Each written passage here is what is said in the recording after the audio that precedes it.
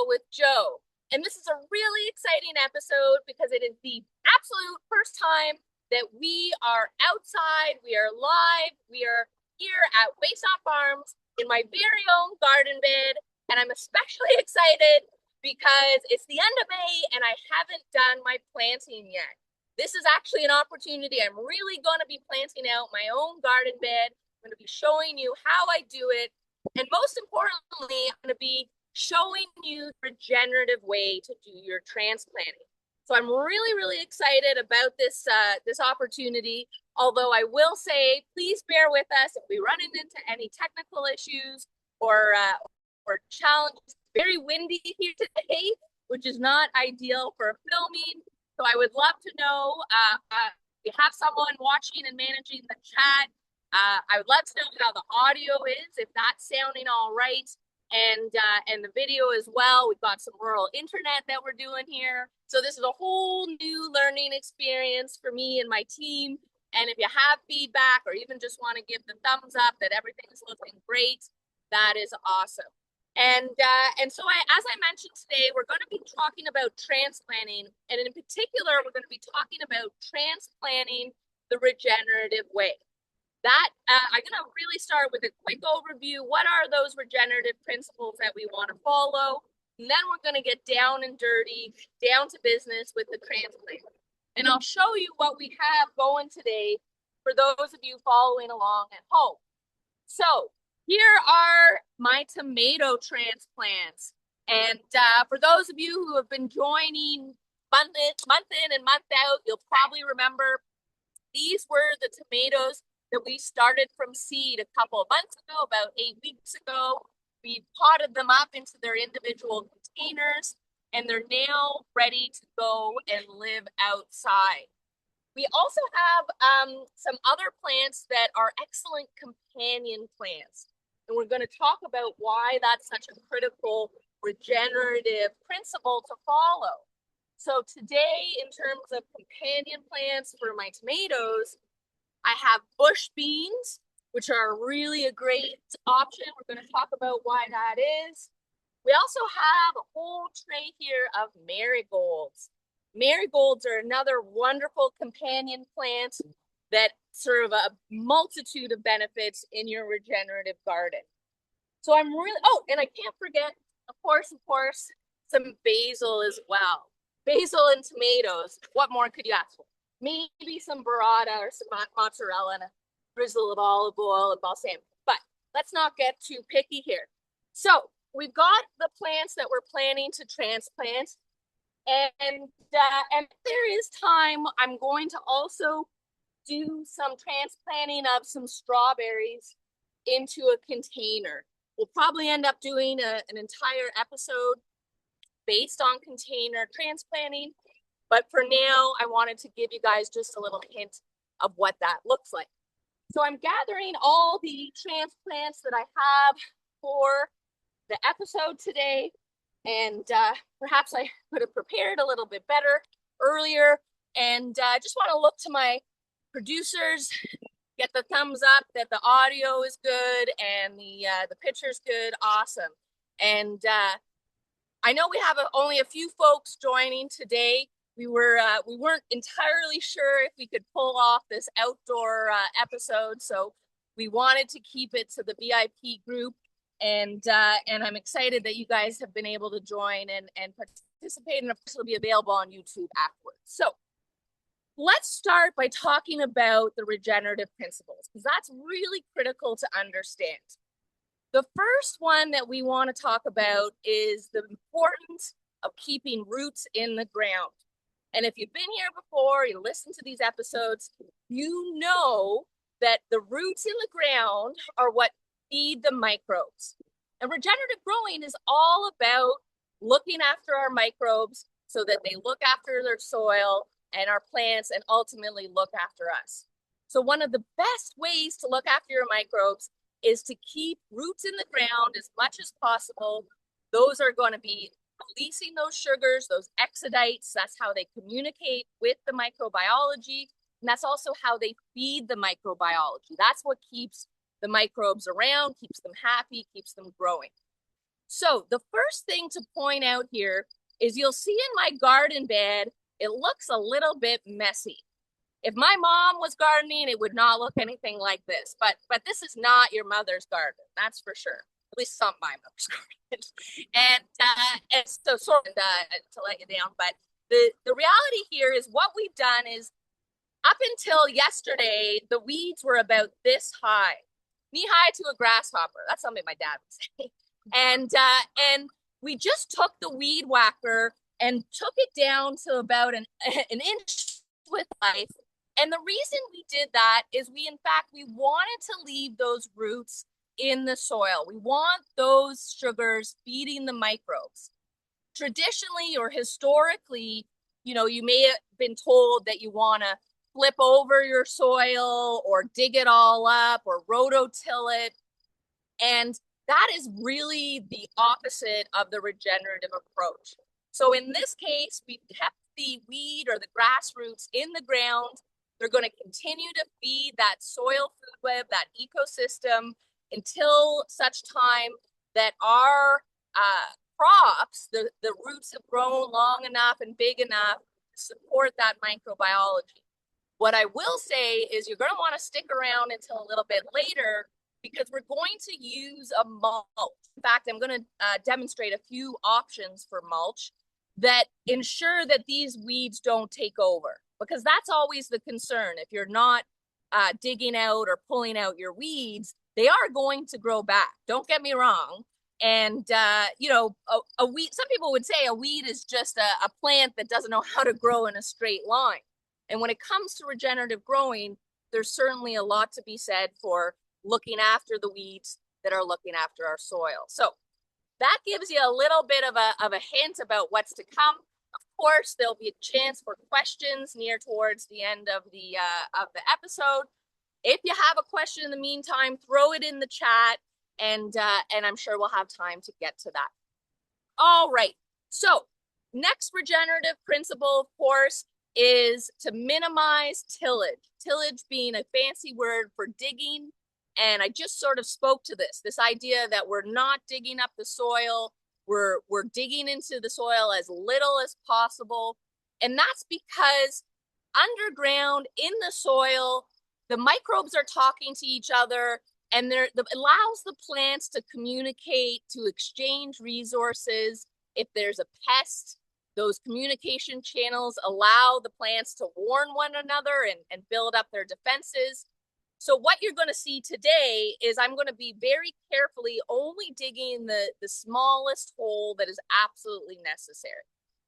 The third regenerative principle, of course, is to stay away from chemicals. Now, that one probably is pretty obvious. So instead, of course, we're going to be using the Jocelyn Soil Booster worm manure, which is really excellent for transplanting.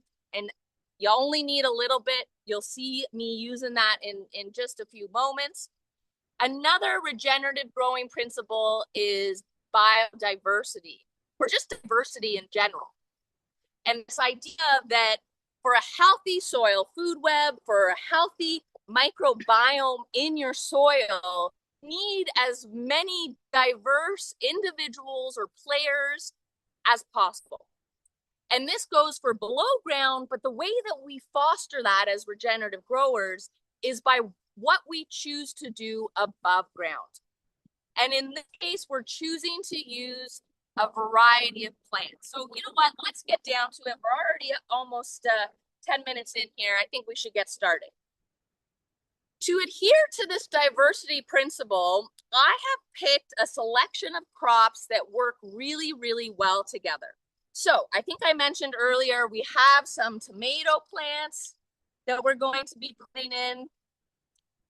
I've also selected basil. Basil works really well with tomatoes, and it's not only because those two crops taste really good together, they actually form a really beautiful synergistic relationship in the soil. The same goes for growing tomatoes with some beans. And in particular here, we have some bush beans. These are stringless green. Oh, no, these are pole beans. So they're not bush beans. These are pole beans, but you know what these are? These are bush beans.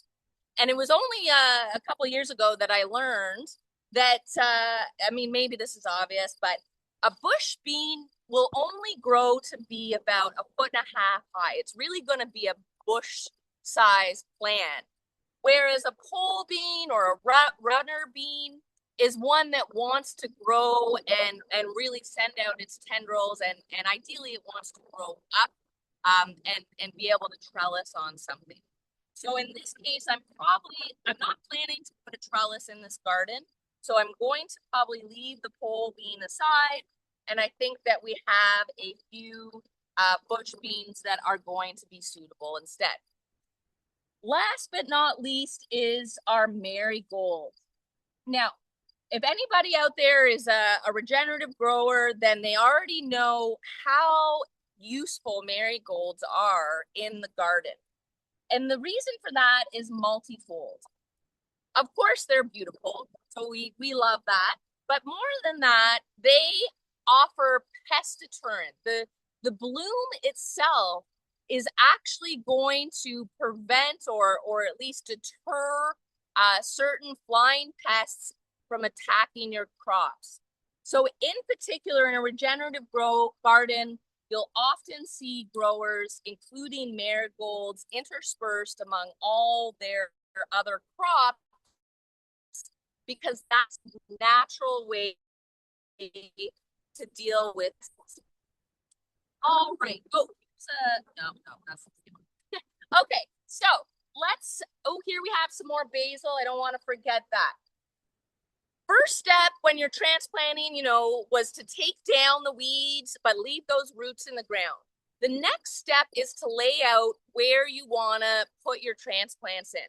And speaking as someone who in the past has rushed through and skipped this step, you don't want to learn this one the hard way. There was one season when I just put a bunch of tomatoes in. I probably had about 30 tomato plants in this 10 by 10 garden bed, and that was way too many. And what ended up happening was the tomatoes grew in, they grew in on top of each other, and even when they were pruned, there wasn't enough airflow. And with tomatoes in particular, they can be really susceptible to fungal diseases. And one of the best ways to deter or reduce the likelihood of a fungal infection in your tomato plants is to have sufficient airflow. And this is the point in your season when you get to decide, are you going to give your tomatoes sufficient airflow, or are you going to try and jam them, cram them, and pay the price for that later? So in this case, I really want to make sure that I'm spreading out my tomatoes. So I'm going to actually put my tomatoes, I'm just going to sort of place them where I think I'd like them to go. And I'm going to leave about 2 feet. The general rule is a minimum foot, if not 1.5 feet. But in this case, because I have other companion plants that we're going to be putting in between, I'm actually going to leave about 2 feet between my tomato plants. So let's see, how does that look about there? And then next thing I want to make sure I'm getting interspersed is my basil. So I'm also going to offset a little bit. So instead of planting in a row, which again is more of like a traditional Victorian garden technique, I'm going to offset a little bit. And I'm also going to make sure that I am putting different options in. So I want some marigolds. I've got lots of marigolds. And like I said, they're a pest deterrent. They look beautiful, and they are going to help to feed a diversity in that microbiology of the soil. So I'm going to go ahead and put marigolds between all my tomatoes, and then I'm going to intersperse, offset with my beans, and make sure that I'm really sort of thinking through how my garden's going to be arranged. And like I said, if you don't take the time to do this properly, or at least put a little bit of time and effort into planning, you know, there's an old saying, proper preparation prevents poor performance. And I always like to add to that, preventing procrastination prevents poor performance. And as someone who procrastinates more than she'd like to admit, my producer's laughing right now because she knows how true this is. Okay, here we are. Oh, I found another bean. That's exciting. Okay, great. So where do we want to put that? I've got a bean there. I got a bean there. I think we need a bean over here. Wonderful. One thing I would highly recommend if you're newer to growing is get yourself a little kit and caboodle kit like this, carry kit. You can use a basket, whatever you want, milk crate, and just keep all your supplies. Not to mention your water. If you're like me, you're getting a little thirsty already. You need to stay hydrated out here, maybe a little sunscreen. I want to introduce you to one of my favorite planting tools. This is called a hori hori knife. And it's actually a Japanese tool. In the first year that I was growing, gosh, it was about 15 years ago, up at my great aunt's farm. And I was really just a baby regenerative grower. But the farmer there who taught me, he swore by these tools. And I know now why. It's a very cool blade that it sort of doubles as both a blade and a trowel.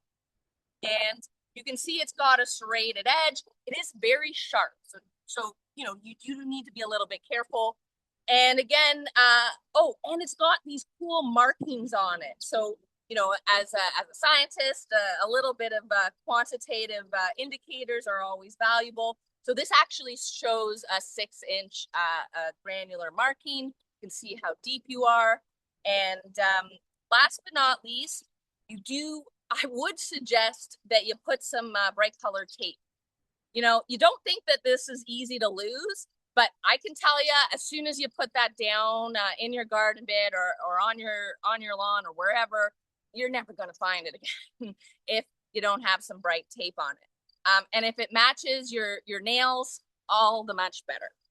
Okay, so I've laid out my plants here. I'm fairly confident that I've got the spacing right. It's time to get planting. As I mentioned before, it's really important to not dig a hole bigger than is necessary. So that's why, for example, I'm not using a big garden spade. And I have to admit, I'm really lucky. Like, look at the quality. The soil is so nice, if I do say so myself. You know, we've been working on this bed for years now, adding mulch, adding diverse inputs, growing different, like good long root systems. You know, there's the roots that we're talking about of those grasses that are feeding those microbes that are so critical to the soil food web. So I'm pretty lucky that it's so soft and malleable, and that's a weird bug. And oh my gosh, just hope I don't get stung by a bee. Next, so I've actually dug quite a small hole, and one thing to remember is that when you take your plant out, and we're going to put some worm manure in first, but I just want to show you, don't assume that your hole has to be that deep, because what's going to happen is a lot of that soil is actually going to come loose, and you want to actually remove a fair amount of soil so that the root system, so it's got some nice long roots. We want to make sure that those roots are not tied up or coiled up tight. So we gently separate them if they're really tightly twined. And we don't need the hole to be so deep as to allow for all the roots, but we will want to gently lay those roots in the hole. So, of course, it wouldn't be a regenerative transplant if we weren't using a little bit of regenerative worm manure. And this is always my opportunity where I get to make it clear that a little goes a long way. Unlike traditional chemical fertilizers, We are not force feeding our plants. We're not trying to give in all the nutrients. We're giving them a selection, a microbial diversity, a microbial buffet. So I really only need a small handful. So I'm just putting a small handful in the hole. And the other thing that I'm going to do is I'm actually going to soak that hole with water. And the reason I'm doing that is that it can be really stressful for plants when they're getting transplanted. And water is useful for a few reasons. I'm actually basically filling up that hole with water. It's going to seep down pretty quickly. But I really want to make sure that this plant has access to water from the moment it goes in the ground.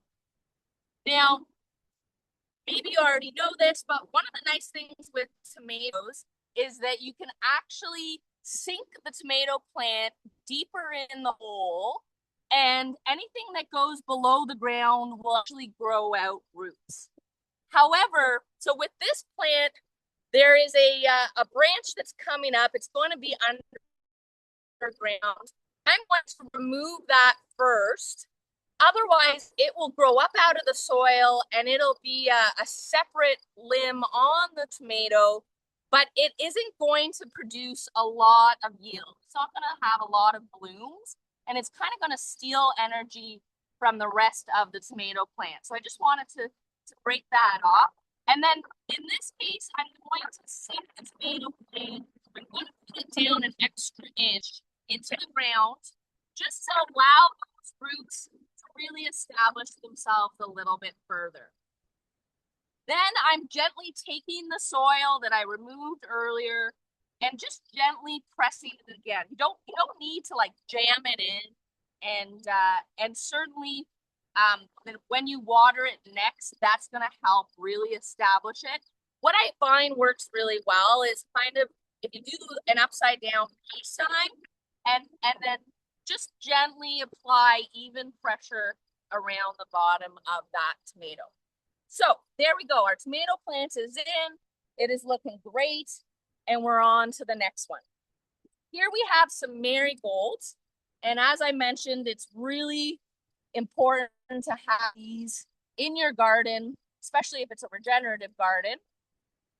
And I'm not sure if I got all the regenerative principles, but one of them is to use compost or to incorporate animals. I mean, in a perfect scenario, you would have some wild bison roaming through your garden, because in nature, that is how diversity is replenished. It's really the animals that are responsible of transporting microbes from one type of ecosystem to another. They also gently agitate the soil, which ultimately strengthens the root systems and encourages the exudates to be released into the soil. Of course, in most urban gardens, in most garden situations, we simply aren't in a position to have the wild bison coming through our yards. So we as humans have to play that role ourselves. We have to be the animals responsible for renewing the diversity in soil, because what happens over time, and I'll just try to keep planning here. So again, just a small handful. So this is the worm manure. This is the probiotics for plants that has that full spectrum of microbiology. So it's one of the reasons why it's such a great product is that it's going to be able to provide whatever the tomato needs. It's also going to be able to provide whatever the marigold needs. And in this case, I'm not sinking the marigold down too far. Oh, I forgot my water. See, I forget things too. It's all right. Mother Nature is very giving. And so I'm filling up my hole. With the worm manure, it is critical to rehydrate or so the microbes have been put to sleep. We dry them out very carefully here at the farm so that the product is shelf stable. We want to put those microbes to sleep so that they don't die while they're in the bag. But what that does mean is that rehydrating the worm manure, the microbes is really critical in terms of getting those microbes back to life and getting them so that they're providing the nutrition to your plants immediately. All right, so I've got tomato in, I've got a marigold. I think I'm just gonna put my basil plant in here. And so as I was saying, as humans, we really have to be the ones, the animal, replenishing the diversity. And this is interesting to understand. It's not necessarily intuitive. And I just want to say, my Hori Hori knife is great because that serrated edge, it really lets you slice through any thick, grass or roots that are perhaps posing some issues. And I actually prefer this over a trowel every time, really. So in nature and they have microbes that they prefer. And so this marigold, for example, over the course of the summer, it is going to feed the microbes that it likes best, that it needs most. And it's going to put out the particular sugars that are best suited to the microbes it needs at that particular time. What that means is we've just added a full spectrum of microbiology, but over the course of the summer, that diversity is going to narrow down towards the ones that the marigold feeds, that it likes and needs, which is normal. That's how it works in nature. The challenge with that is as soon as there is a new environmental condition, so all of a sudden you've had a really dry summer and then you get a week of rain, or if a pathogen or a pest that is new to the area with climate change, of course, we're seeing so many new types of growing challenges. And so what can happen is if the diversity has been, what they say, call it winnowed or narrowed down and not replenished by the animals, then that marigold or whatever plant that we're talking about becomes more susceptible to an infection or to a disease or to a challenging environmental condition. So what's important here is we as humans, as the animals responsible, we want to be replenishing that diversity in the spring right now, but then again, we also want to be doing that later on in the season. And that's our responsibility as the humans. We're putting that diversity back. Ooh, look at the root system on this basil. So this is a good example. I'm actually going to just take some of these roots off, and then I'm going to loosen them up. I want to loosen up these roots. They're a little bit root bound. Clearly this plant has been in the container for a little bit too long.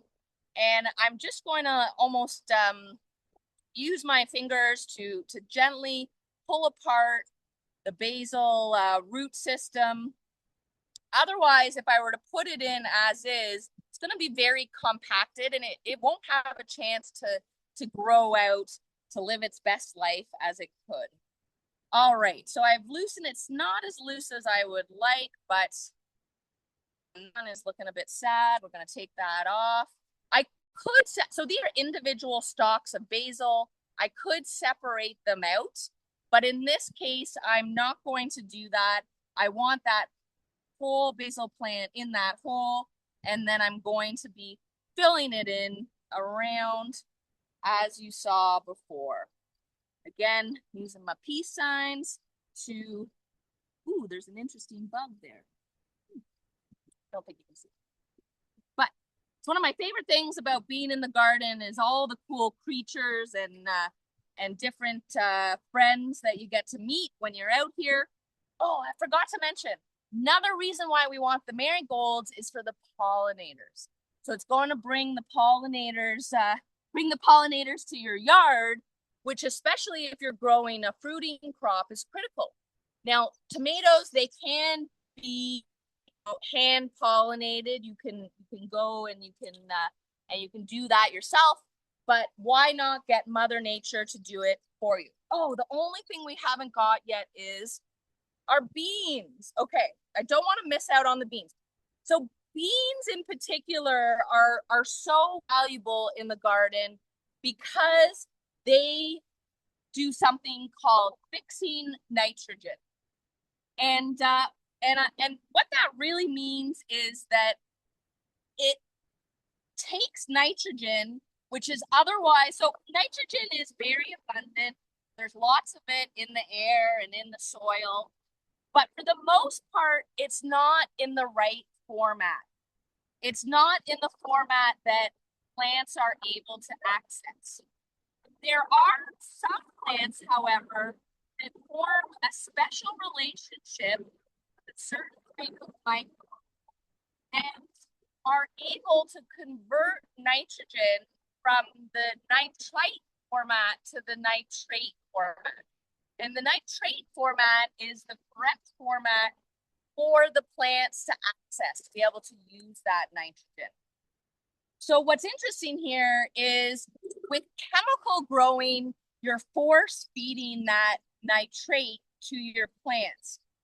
Whereas in regenerative growing, you're making use of Mother Nature's own techniques, her own tools to allow your plants to naturally access the nitrogen when they need it.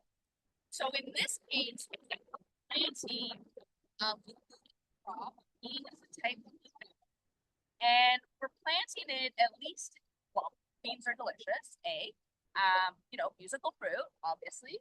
But more importantly, in a regenerative garden, they are going to help all the plants access more nitrogen.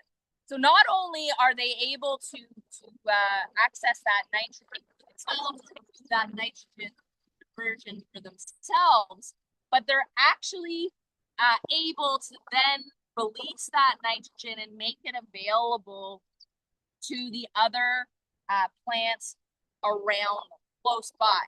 So this really demonstrates that principle, that regenerative principle of the importance of diversity, of allowing your plants to work together and to really make use of what Mother Nature does best in terms of supporting the ecosystem as a whole. Now, one quick note on that nitrogen piece, because sometimes I find people don't necessarily appreciate this, is that a lot of the nitrogen that a bean or a legume plant is able to create and access is stored within the foliage itself.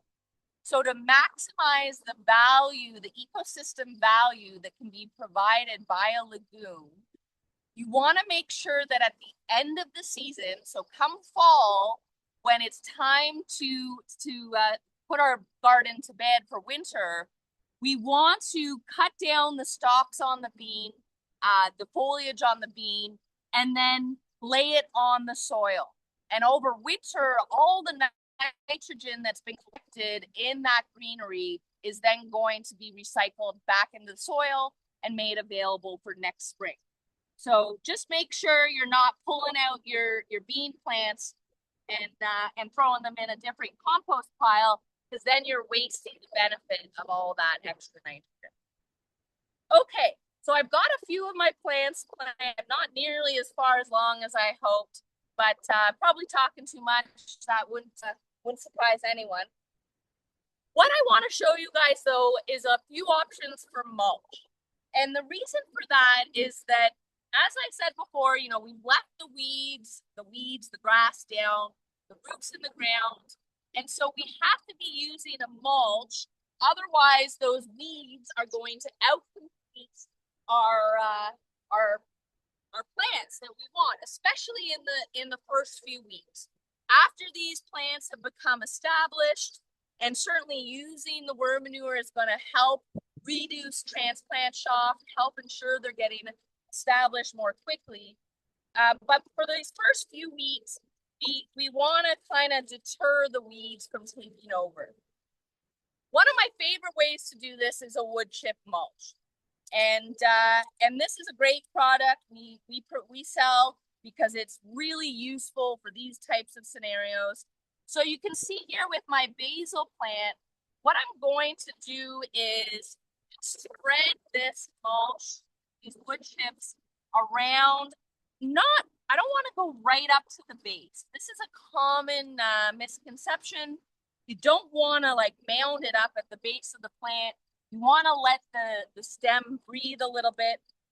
You know, I mentioned before how critical it is in your garden for airflow. And this is the exact same principle. If you mound your mulch up right to the stem, you're preventing airflow getting in there, and it's going to hold too much moisture, potentially causing a fungal issue or concern.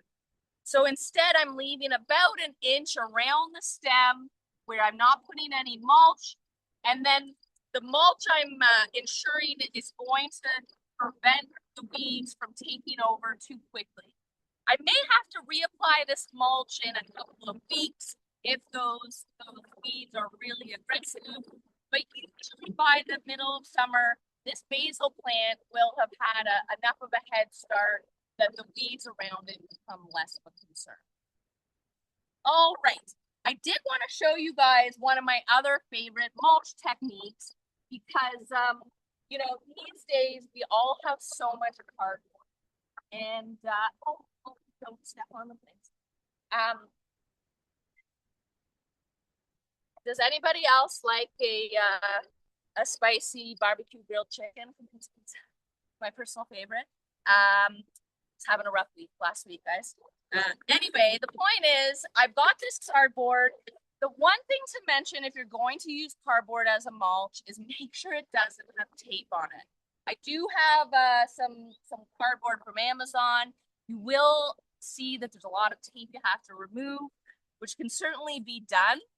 But in this case, the nice thing with the pizza box is that it has already, it really doesn't have any tape to worry about. So I want to show you how to use this particular mulch technique. And in this case, I'm sort of got a little square, and I'm going to just cut out a little hole for my marigold in the middle, and I've cut it, and then I'm just going to put it down. Now, the tricky thing about this particular technique, I love this technique because it's a zero waste technique, and it is really effective. It's, you know, for about a month or 6 weeks, none of these weeds are going to be able to come through. And then over the rest of the summer into the fall, the cardboard is actually going to degrade, and it's going to feed carbon to the soil microbiology. And whereas the wood chips, they take much longer to degrade. And in fact, next spring, a lot of these wood chips will still be here. And I'll tell you, I learned this the hard way. Year over year or season after season, you want to be switching up the types of mulch you use. And in fact, this is basically an overall regenerative principle, because the mistake I made for a couple years was using wood chips every year. We got lots of, I got real good buds with my arborist, so get lots of used wood chips. But what happened after the third year is we had an influx of potato buds. And these are your little creeping crawlies with like the armor on them. And it turns out that potato bugs in particular, they like a really fungal, a really heavy carbon, or browns is what we're talking in compost language. And having added those wood chips for 3 years, the potato bugs were just loving their life. And they were all over everything. Essentially, the ecosystem was out of balance. And, you know, that's what we're talking about when we're talking about regenerative growing, is mimicking Mother Nature's ecosystem. And so I went astray by adding wood chips again and again, because that's not how it works in nature. In nature, there's always different types, depending on the time of year. depending on the season, depending on the stage of succession as ecosystems change, different types of mulches are coming and being reincorporated into the soil. And that's how you maintain balance. So that's my suggestion here is if you used wood chips last year, try a different technique for mulch. Use your cardboard, use straw, use dried leaves. Whatever you do, don't use landscape fabric. All right. If you've heard me say this before, I'm sorry, but I gotta say, landscape fabric is made of plastic. It's going to deteriorate so quickly into microplastic, and you'll never be able to get that out of your soil. It's a decision that is simply one you don't want to have to make. So the one thing to mention about the cardboard is that you really want to figure out a way to hold it down. Because if I were to leave this cardboard here, it's going to essentially blow away. So there's lots of different ways. You can buy garden pegs, which are like big U-shaped staples that you can use. I like to just find something heavy. So in this case, we have some firewood that we'll use. And the other nice thing is that, this firewood doesn't have to be here all summer. Over the course of a number of weeks, the cardboard will eventually gets a little bit soft and soppy, and it starts to settle down on its own to the point where it really doesn't ultimately need something to hold it down. All right, so just looking at the time here, we got about 15 minutes left. I'm curious if we have any questions. We have 2 questions. So maybe my producer can just read them to me. And then if we have time afterwards, I'll quickly show you guys, or maybe I can do 2 things at once. I mean, I am a woman after all, so it's that hard. Okay, so what's one of our questions?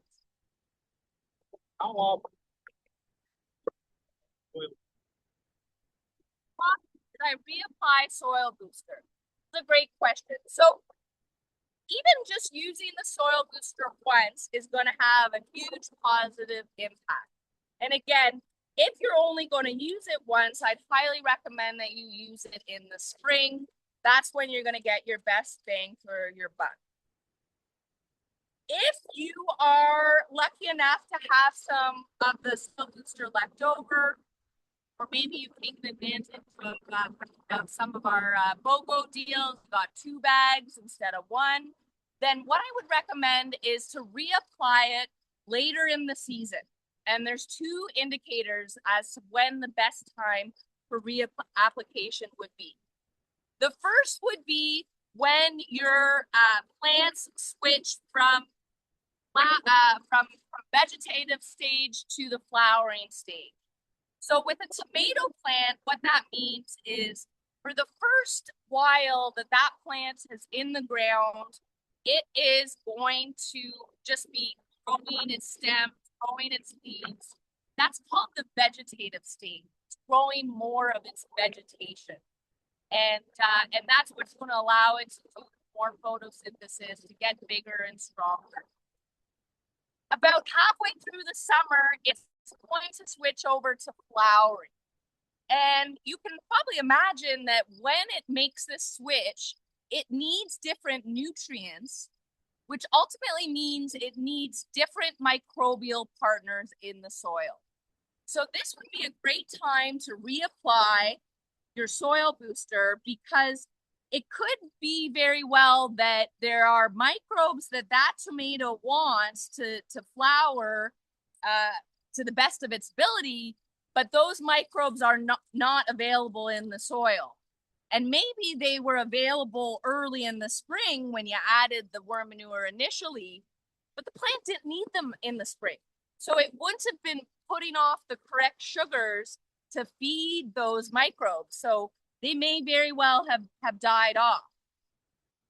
Anytime the plant goes, and then the 3rd stage is the fruiting stage of that tomato. So eventually the flowers will get pollinated, and of course then you're going to start seeing your fruit be created.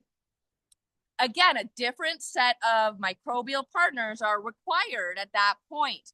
And so if you have an opportunity to add a little bit more, that's a great time to do it. And again, same idea as before, not a huge amount is needed, just a handful, and you're going to sprinkle it around the base of the plant. If you've applied mulch, like I've suggested, what I would recommend is just gently pull back the mulch to apply a second helping of the soil booster and then put your mulch back in place. That's so that if you put your worm manure, your soil booster on top of the mulch, it's not that it's bad. It's just not going to be as effective. And you're going to have to wait for those microbes to transport themselves down through that top layer down to the root system. That's ultimately where most of their work done. Although people don't realize there's actually microbes all over the plant. And the microbes are sort of a preventative, a defensive mechanism. When you have healthy microbes covering your plant, it's harder for airborne pathogens to infect a leaf or infect a stem. And so often, ensuring good microbiology in your soil or even making a compost tea and applying a foliar spray, which is a fancy word for taking that compost tea and spritzing it, spraying it on, that actually replenishes the microbiology on the leaves and on the stem, which provide a defensive mechanism and an additional benefit to your plant. So that's a great question. Thank you for that. Have we got another question? How well does soil booster handle the heat? How well does soil booster handle the heat? Excellent. Okay. So one thing to keep in mind is that, like I said, the microbes in this are dormant. They're not dead. They're still living. And so it is important to keep if you're asking about where to keep your soil booster between uses, ideally you want to keep it somewhere where it's not in any extreme. So in the winter, it's best not to let it freeze.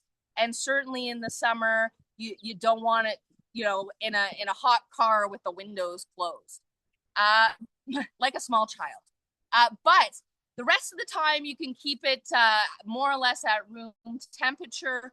And additionally, the microbes that are in the product, they also are the microbes that are supposed to be in the soil, underneath the soil. So another reason why I suggested that you put your worm manure underneath your mulch is to provide a little bit of protection. Some microbes are not happy to be in the bright sun. All microbes need to be wet to do their job, to be alive and to be feeding the plant. So if you can keep your microbes in the soil, you can keep them moist and keep them close to the root system, they're going to be more effective. They're going to be better able to do their job. So that's the deal with where and how to keep your soil booster. So I've got 5 minutes left. I just want to quickly show you transplanting into a container here. And what I've done is I've put in some potting soil, a raw regenerative potting soil. And in this case, I've got some wonderful tomato plants. Nope, these are strawberries. Totally different. And strawberries are perennials. And so folks may be wondering why I am choosing to put them in a container. And to be totally clear, I have not had great success planting out strawberries on our property here. And we kind of have a back to nature mentality. You can kind of probably see that in the background. And what we found is really successful is actually growing our strawberries in containers. So same idea, I'm going to just create a hole. In this case, I don't even need my hori-hori knife. I just need to make a hole with my hands. Again, a small handful of the worm manure in the bottom. And wanting to water that well, wake up the microbes and also help encourage the plant as soon as it gets in there. to release its roots. Again, we're seeing a little bit of root boundness, so I'm just gonna gently play with the soil here. I'm almost like tickling it, um, and trying to gently release some of those bound roots so that they can get some more airflow, so that they can access the nutrition in the soil a little bit better. If there were any brown bits, there was one just a little bit earlier. I would remove those. You do want to take off. There's a little yellow leaf there. Anything that's brown or yellowing is actually taking nutrients away from the healthy part of your plant. So it's best to remove them so the plant can focus on. And it is a bit stressful for your plant to be transplanted. It's going from one environment to another. And so one of the nice things about adding the soil booster, the worm manure, is that it really helps ensure that it is as least stressful as possible. It allows it to start the vegetative phase as quickly as possible. So the short and long of it is that when you're using a microbiological fertilizer like the worm manure, you're actually going to get fruits and veggies earlier because the plant is going to be able to start growing faster, which ultimately allows it to start fruiting earlier in the season. And up here in the Great White North, the sooner that we can get our plants to be flowering and fruiting, the better. Especially this season, we've had such a late start to the spring that we don't want to have to waste any time that we don't have to. So we're just about coming to the end of our regenerative transplanting episode here. I feel like maybe I forgot. Did I get all the regenerative techniques? No-till, and diversity, and keep roots in the ground, and don't use chemicals, and companion planting. I think there's one more I'm forgetting. Does anybody online know? Am I forgetting a regenerative principle? I think there's 6, but I can only remember 5 right now. What would be the other one that I'm missing? Does anybody know? Nobody knows. Oh well, guess that'll have to wait till the next episode. Well, thank you everyone for joining me today. It's been a real pleasure. It was pretty exciting to know that we're going to be live outside. I hope the sound and the video quality has been all right.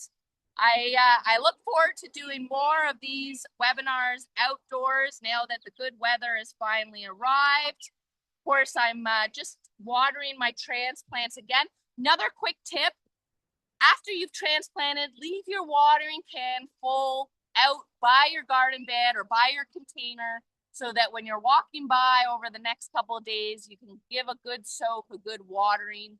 Having that moisture in the soil is so critical, especially for that first week or two. That's what allows the microbes to do its work and allow that plant to quickly get established. And so on that note, I'm going to say thanks so much for joining us. And I really hope you guys get to enjoy yourselves growing healthy plants, healthy people, and a healthy planet.